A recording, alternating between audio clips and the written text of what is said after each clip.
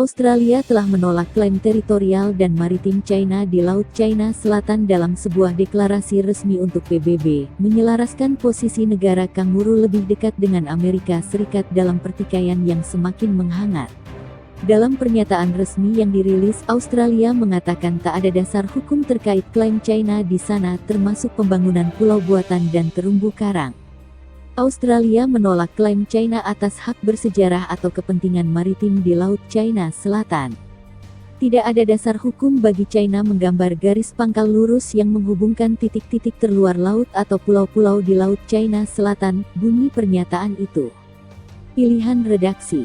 Pejabat AS sebut gaya China di LCS mirip penjajah Inggris. Fakta kapal induk AS di Selat Malaka saat tegang dengan China.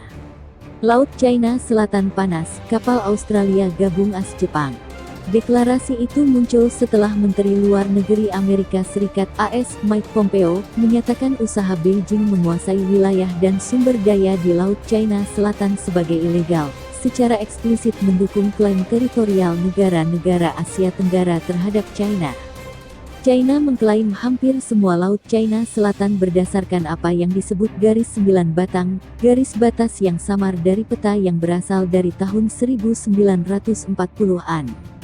Ketegangan ini terjadi menjelang pembicaraan tahunan antara Australia dan AS, dengan para menteri melakukan perjalanan ke Washington untuk pertama kalinya sejak perbatasan Australia ditutup karena pandemi virus corona.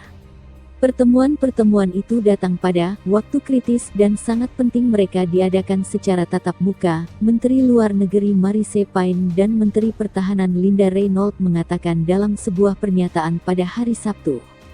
Hubungan AS dengan China telah memburuk dalam beberapa bulan terakhir, terutama karena perselisihan perdagangan, pandemi virus corona dan tindakan keras Beijing terhadap demonstrasi di Hong Kong.